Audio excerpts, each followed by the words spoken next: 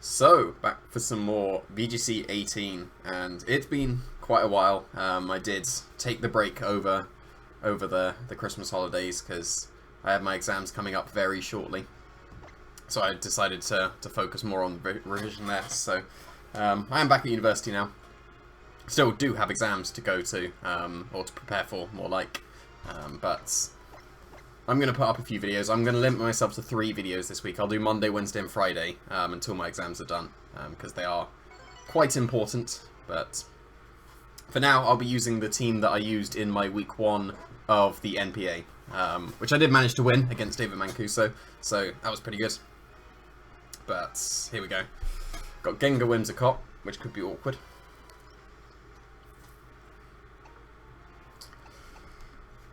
So if he leads with a Gengar Whimsicott, then I need him not to Tailwind turn 1, but it makes sense for him to Tailwind turn 1. So I want to lead with Breloom. Breloom does look like a pretty good lead.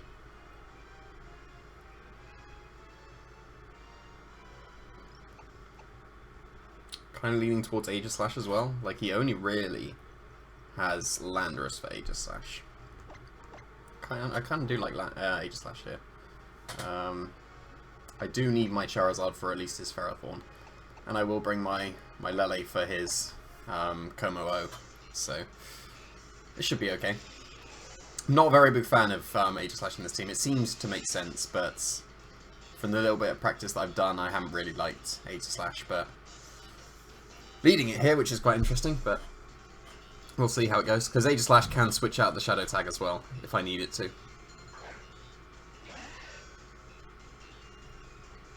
Yeah, I'm just got Gengar, because like I've led this slow lead so that I don't he doesn't need to Tailwind immediately. At least that's what he's gonna think, hopefully. Like, my plan is to catch his Gengar off guard and just KO it immediately. So hopefully there's no protects here. He could very easily double protect for the Encore disable stuff.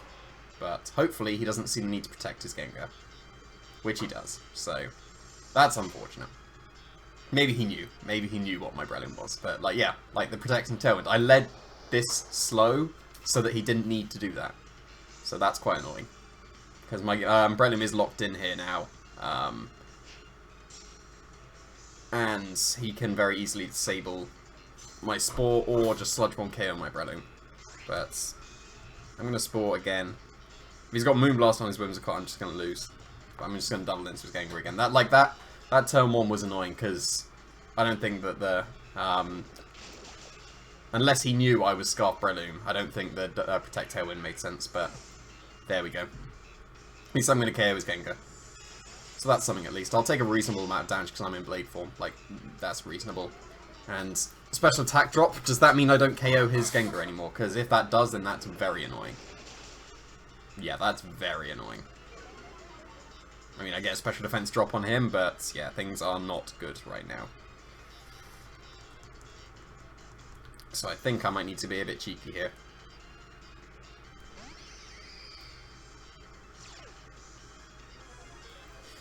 Yeah, that special attack drop, very, very unfortunate, because KOing Gengar would have freed up my Tapu Lele a lot. But I'm going to go for an ally switch, and I'm going to go for a Flash Cannon into his... yeah, I'm going to go for a Flash Cannon, because it will still KO the Gengar.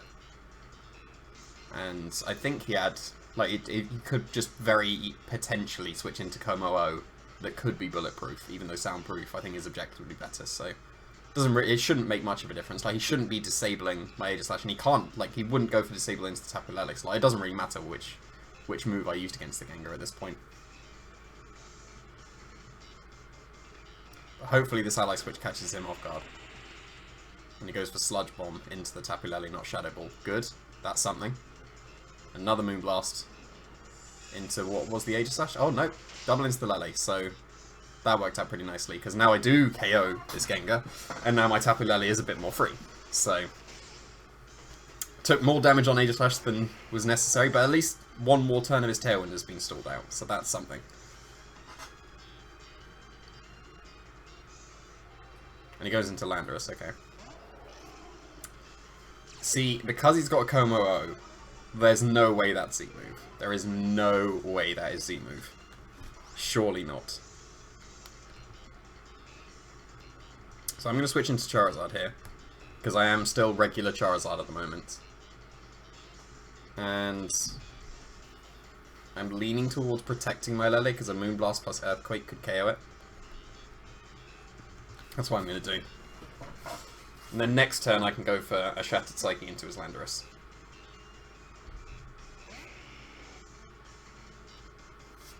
But hopefully he Earthquake and knocks out his own Sash. Yeah, just Moonblast into Lele and should be Earthquake as well. Yeah, okay.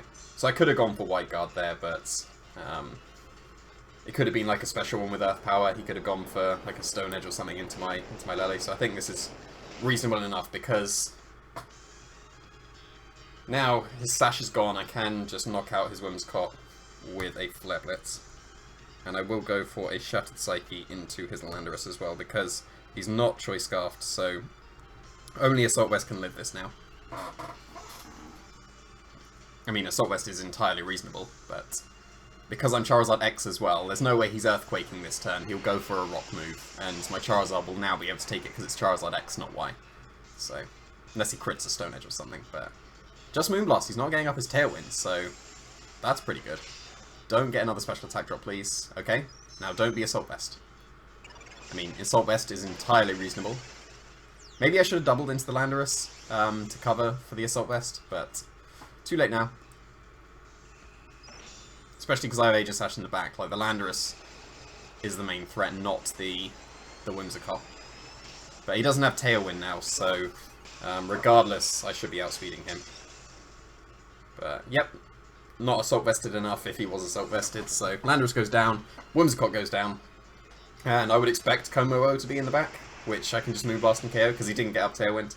So, a little bit of a shaky start, but managed to maneuver around well enough, so I'm content with that. Like, if I didn't get the special attack drop on the Aegis Slash, then he would have actually had one more turn of Tailwind. Yeah, one more turn of Tailwind to use, so maybe that would have been annoying for me, but I'm going to go for a Dragon Dance just in case. I don't see how this Moonblast doesn't win me the game, but yep, there we go. Moonblast into Como. So if it had had one more turn of Tailwind, maybe it would have been a bit more awkward, but the fact he didn't go for Tailwinds with his Whimsicott, he just went for the Moonblast, was quite interesting. I could have gone for the White Guard, because if he has a Como O, he's not Z-move Landorus, I could have very easily White Guarded with my Aegis Slash, and just picked up the knockout that turn to make sure he would have had to Tailwind and protect his Como O first, and then I could have just KO'd the Whimsicott that way. But no, I'm content with that. Didn't look very good in the first couple of turns, but managed to turn it around quite nicely, so pretty good. And a nice start for the team, so hopefully I can actually climb. Like, I'm not climbing the ladder until at least February, and like after my exams. My last exam is on the 30th of January, so after the 30th I can actually like do proper stuff. Like, again, because I will be just doing three this, how many, it's going to be 3 weeks, isn't it? Yeah, so three weeks of three per week, so I'm not sure how I'm going to do that with teams, because usually I do it for a full week. Like this one, like, if I do two lots of three, then that's 6 with the same team, which is only one more than 5, so that seems reasonable to use this for 2 weeks, but then I'll have one more week of just 3. So then, do I use that team again in the following week of 5? I'll see nearer the time. So maybe I'll do like an extended Fun Conventionality, and do on in like 2 weeks' time. I'll do 3 episodes of Fun Conventionality on the Monday, Wednesday, and Thursday instead of just the regular Battle Spot stuff. I should choose some music. Let's go for the best one. If you watch this channel, you may get sick of this music, but it's definitely the best. So, but yeah, I'll be doing low ladder, unfortunately, for these 3 weeks. I will climb, I will actually climb after my exams, so I can get higher rated opponents more consistently. But we're obviously going to have the traditional Can't Find Someone, because what episode of Believe in Boyt doesn't have a Can't Find Someone? So I don't know if this is an awkward time, because it's just at one point in between my lectures, so yep, can't find anyone, of course. But yeah, I don't know if this is an awkward time. I usually do it around my lectures, because that's the most convenient time to record, but that does seem to get a lot of can't finding anyone, so unfortunate, but there we go.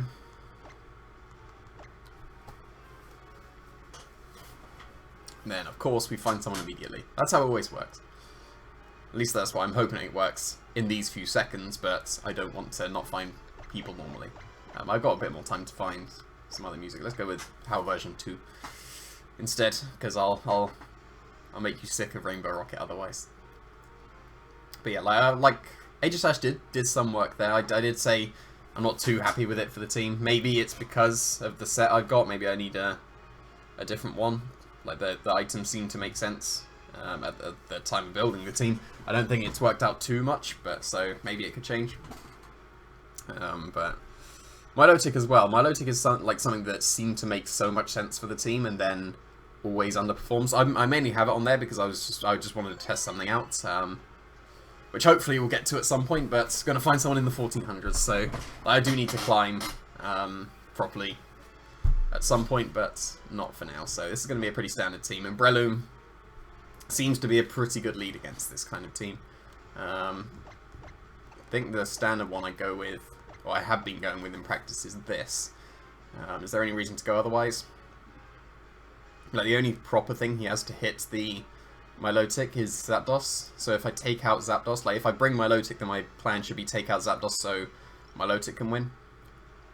But then what do I sacrifice for Milotic? Like, I like all of the Pokemon here.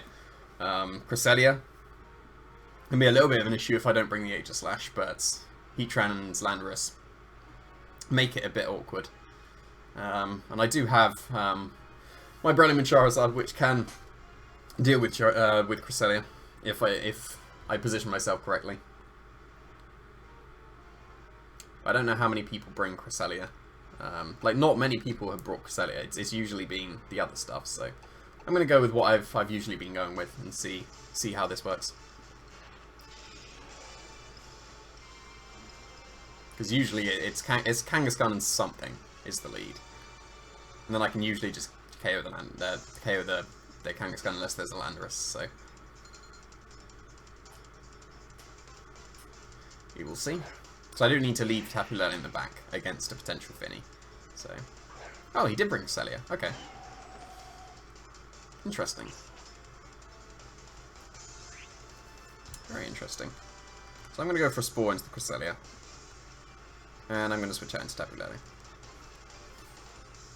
Like, that's been my turn 1 play every single time. Because they always lead Kangaskhan and I always just switch out into Tapu Lele. And it's going to be interesting to see how many people just attack my Breloom. Like, it makes sense to attack Breloom. Usually, like, I would always superpower the Kangaskhan here, but like, he did bring Cresselia and I didn't bring Aegislash, so it's going to make it a bit awkward. Because most Kangaskhan should be bulky now. So, yeah, fake out nice. So, that worked out. So now here, it becomes a bit more awkward if he's got Tapu Fini in the back, because I can Shattered Psyche KO the Kangaskhan. But the problem is, if he switches into Finny, that both blocks my Spore and prevents my Shattered Psyche from KOing him. So I'm going to switch out into Landorus here. And I am going to go for a Shattered Psyche. But Finny is a very, very free switch here. So, we'll have to see. Because this Landorus switch covers if he's Jolly with his Kangaskhan, because then my Tapu Lele won't be KO'd, but... Oh, it's going to be Kangaskhan switching out. Like, that's okay as well. And switching into Heatran. Not bad, not bad. I will take that. And its Air Balloon is very much gone. So, this does a lot to Heatran. This does, like, what, 65, I think it does? It's very strong if he lets me have my Psychic Drain. But that was curious. Like, maybe he doesn't have Tapu Fini, because the Spore into that Kangaskhan was pretty free. So I did feel like he needs to go into Fini if he had it, because he would have let me put his Heatran to sleep. But close to, it's about 60, so that's not bad. And Cresselia does stay asleep as well, which we take those. So now, Do I want to start whittling away at the Cresselia? Because it's very likely to wake up now. And the Protect on Heatran is quite obvious. But I actually want to learn something, so I'm going to switch out into Charizard. And I want to see if Psychic and Shattered Psyche KO Heatran. So I am kind of ignoring Cresselia, even though I said it was a huge threat. But my plan's going to be to put it to sleep again, and then Dragon Dance and do a big Flare Blitz into it. So yeah, obvious Protect on Heatran, but I still want to learn. This could very easily be a Trick Room here, which could be a bit awkward.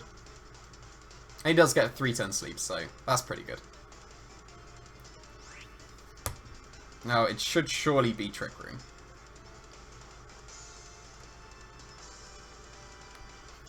Like, is Psychic going to be enough? It shouldn't be. It really shouldn't be.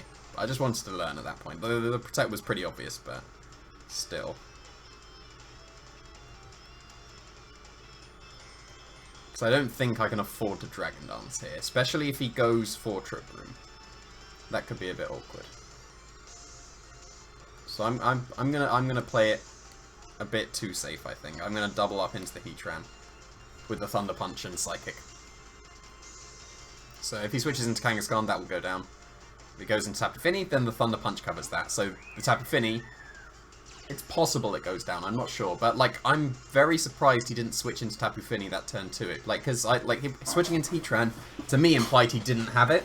I did cover for the Tapu Fini coming in, but I still feel like that should have been his switch. We have seen all 4 of them now, which is pretty good. But is Thunder Punch going to be strong enough? It's going to be close. Depends how bulky the Tapu Fini is, but nice, nice. We take that out. So if I switch out my Tapu Lele, then I can Spore everything. The Cresselia is definitely going to wake up now, and it's going to... Yeah, I did think it would Trick Room. That's definitely manageable. Or is he going to go into Heatran or his Kangaskhan here? I would go into Heatran. Yeah, there's Heatran. See, I want to double Protect here to start stalling out the Trick Room. But does he substitute with his Heatran?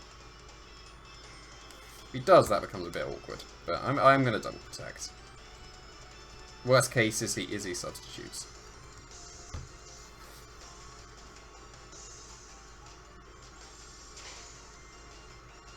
I think it can only be substitute, really. Like, he can set up Sunny Day, he can skill swap the Heatran, I don't know, but he's going to substitute. Okay, nice, nice. Now, I'm going to be nice and cheeky here and go for another ally switch. But here, do I want to Thunder Punch? That shouldn't KO Heatran. That really shouldn't. Or do I want to Dragon Dance in preparation? Like, I think I will Dragon Dance here. So I'm going to be able to stall out the Trick Room well enough. So hopefully this is another double up. It should be. And Tapu Lele will survive an Earth Power and Ice Beam, so this will let me double Protect again, and then we have one more ally switch mind game. Oh, that works out. That works out much better, I think. I did more than I expected, though, and that might be a crit. That wasn't a crit. That was just more than I expected. Okay, interesting. So now we do have some awkward mind games. So he doesn't have Substitute now, because he has Flash Cannon. Or at least it would be extremely unlikely. That's extremely unlikely to the point I'm assuming he has no Substitute, so that's fine.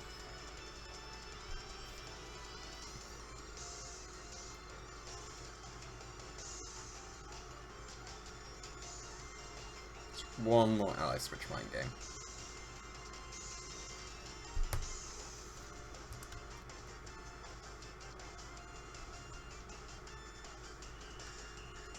So I can double Protect here.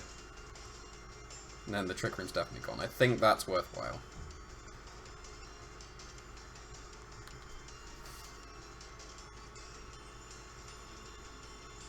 I think I need to be able to get my my Breloom in next turn. I need to be able to Spore that Cresselia immediately. But we'll see what he decided to do. He went for the double up into the Charizard. Okay.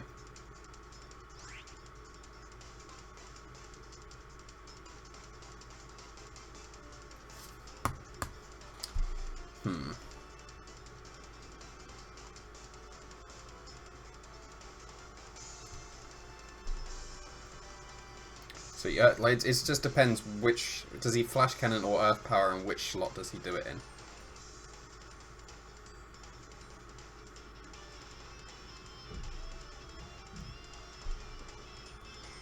I'm going to switch out into my Brelling. And I'm going to attack with my Charizard. I could have got this wrong, but we will see.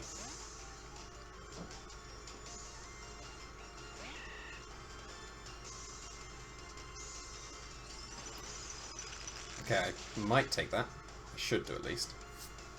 And Flash Cannon. Nice, okay, that's fine. That's, yeah, nice. I got the Ally Switch Mind Games correct, because now I'm going to get a huge chunk onto this Cresselia, and that is really useful. A special defense drop shouldn't matter here. Because I'm going to take myself down to where any hit would KO me anyway, but this is really nice now because I can get I don't need to Spore anymore. I can go for Flare Blitz again into Cresselia and Superpower into the... Actually, would it be better if I go for Bullets? No, he might... That's close enough to berry range that I don't want to risk that, so I'm going to go for Superpower into Heatran, and I'm going to... Do I want to Thunder Punch? Okay, Flare Blitz did like 74%, let's say. And then Thunder Punch is like 3 times, just over, no, it's more than 3 times. 3 times this week, it's more, it's less than that, like, it's strong rage. Thunder Punch should KO. It's just I'm wary of the Flare Blitz recoil, but no, I'm playing it too safe. I'm gonna Flare Blitz, so. Okay, I'm gonna get a double knockout this turn, so that'll be fine, because now I can take out the Kangaskhan. But we'll see if the recoil's enough, because I think that did like 74%, which I'm very fortunate. Yeah, it did KO me, but I'm going to get a double knockout this turn. And now, I do have this sealed up because I can switch my Breloom. He's only got his Kangaskhan left. I will switch out my Breloom this turn. Just sacrifice my Landorus and Lele if I need to, because Superpower always KOs Kangaskhan, unless they're like Impish. They should never ever be Impish, but yeah, I'll switch out into Landorus here, because that will get the initial Intimidate. Or should we learn? Should we learn if Superpower is enough? Because, like, what, it's not going to be enough, but maybe I should learn how much Superpower at -1 does. Because, like, I do have this Raptor. I could just switch out my Breloom and I will win. But I do have a pretty safe path otherwise, because 2 Superpowers will KO him. If he attacks my Landorus, then... I'm going to switch out, so I'm not going to go down to your time. But, like, I've got 3 Pokemon. This Breloom will put him in range of either Landorus or Lele. And he can't knock out both Pokemon. So, like, this is objectively the worst play, because switching out Breloom is absolutely guaranteed win if I just click Superpower when it comes in. But this is to learn how much -1 Superpower does to Kangaskhan. And it didn't matter anyway, so... It shouldn't KO, but it should do about 80. 85, so... That's good to know. Like, we don't know the bulk on the Kangaskhan, but... That's fine. We'll just double up and take the game. So nice, nice. Did like 40 seconds. That's getting a bit close, but that's like what 7, 8 more turns potentially if I just mash the buttons. But I'm pretty content with how I played that. I did, like, most people in practice haven't brought their Cresselia against the like chalky kind of teams. Although, would you still call it chalk? Maybe it should be a new acronym because it's not actually standing for what it does anymore. Or at least not the complete chalk, but yeah, like I'm pretty happy with that. I played around the Trick Room pretty well, I thought. I got the Ally Switch Mind Games correct, so yeah, I'm pretty happy with that. So we'll be having the day break, not going up on Tuesday, because it will be Monday, Wednesday, and Friday, because I don't have as much time for my exams. So I will have my MPA match as well. I've been paired against Zelda, who came second at Worlds in 2017, so that will go up, because I will stream that as well. I'll be able to get that as a video and put it on the channel as well. So that'll go somewhere whenever I faced him in one of the days that I'm not uploading. So that'll be an extra video as well, because I'm pretty sure every week of the MPA.